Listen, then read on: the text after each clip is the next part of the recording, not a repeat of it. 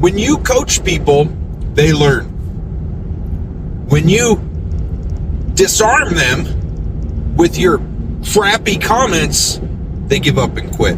Hey guys, it's Dan Greer with Forge. I'm coming at you today for your 5-minute power up. Today we are chatting all about why it's so important to coach and why you need to be coachable as well as you need to be coaching your team and the people around you. This morning, it snowed. Actually, it started snowing last night about 8 p.m., 7 p.m., something like that. And it snowed all night long. It was beautiful little flakes. We only had a couple inches here in Colorado. They ain't nothing. We don't give a crap about a couple inches of snow. But anyways, I digress. This morning, my daughter had to be at her dance thing at 9 a.m. And so I was like, cool. She's 15 years old, 15 and a half, almost 16. I'm like, you have your permit? You are driving in. And she was like, wait, what? I was like, yeah, you're driving in. And she goes, but it snowed. And I said, yeah. What better time to learn? Let's leave at 8 a.m. So you are there by 9. That gives us an hour to make a half-hour trip. That way, if we go 30 miles an hour instead of 60, we still make it with plenty of time, plenty of room to spare. And she was like, okay. And so we got in the car, and she was nervous. I could tell she was nervous. She's got the wheel with both hands. She's staring. She's like not doing her stuff like she's supposed to be doing. And I told her, I said, hey, stop, take a deep breath. It's going to be easy drive. We're not going to have any accidents. We're going to work through whatever happens. First thing you got to know, if I tell you to let off the throttle, I need you to get off the throttle. Not kind of, all the way off. I want your foot lifted up off the throttle. Okay, cool. Next thing, if I tell you to steer, counter steer, I want you to turn the opposite direction of your skid if I tell you to counter steer. She goes, I think I understand. I said, so if you're going this way, I want you to turn this way. And she goes, oh, okay, I get that. Cool. And I said, okay, now next thing you're going to do is you're going to put the car in four-wheel drive. We're in my wife's SUV, so she reaches over and turns it to four-wheel drive, slippery, and I said, cool. Now you open the garage door. Let's back out of the garage. So we open the garage door, back out of the garage, close the garage door, start heading to town. She's nervous. We're about 5 minutes on the road.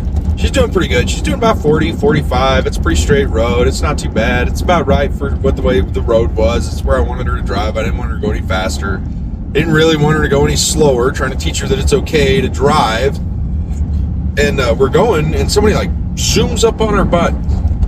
And I said, you see that guy come up behind you? And she goes, yeah, I seen him come behind me. I said, perfect.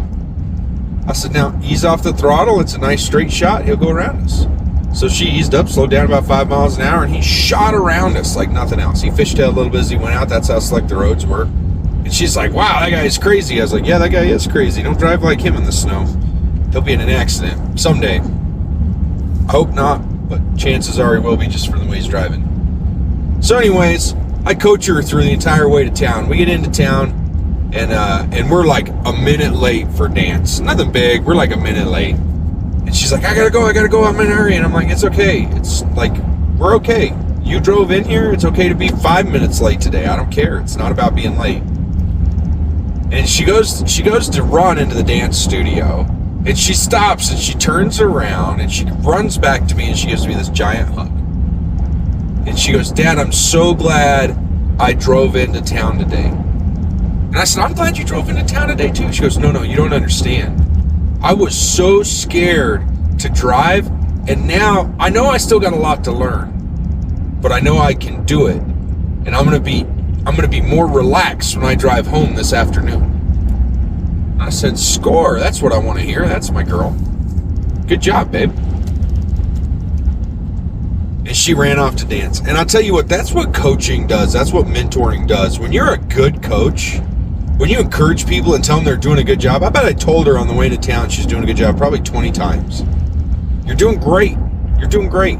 Slow down a little bit before this corner. How'd that corner feel? Do you hear that noise kicking up against the fenders, against the wheel wells? That's the sand that they sanded the road with. Right? Like I coached her the whole way in, and I told her she was doing great enough times that I was like, oh, I'm going to be sick of hearing this. She's probably sick of hearing it. She probably doesn't believe me. But each time I coached her and I gave her that encouragement, she took it well. So being coachable is the second part of this, okay? I've only got like a few seconds left, so I'm just going to say this, guys. being coachable is huge, and you need to be coachable. And I'll tell you what, I'm going to do my whole next podcast on being coachable. So get out there and coach people. Pick up a copy of my book, Grit, Grease, and Grace, Leadership Forged in the Trenches, and I'll see you guys on the other side.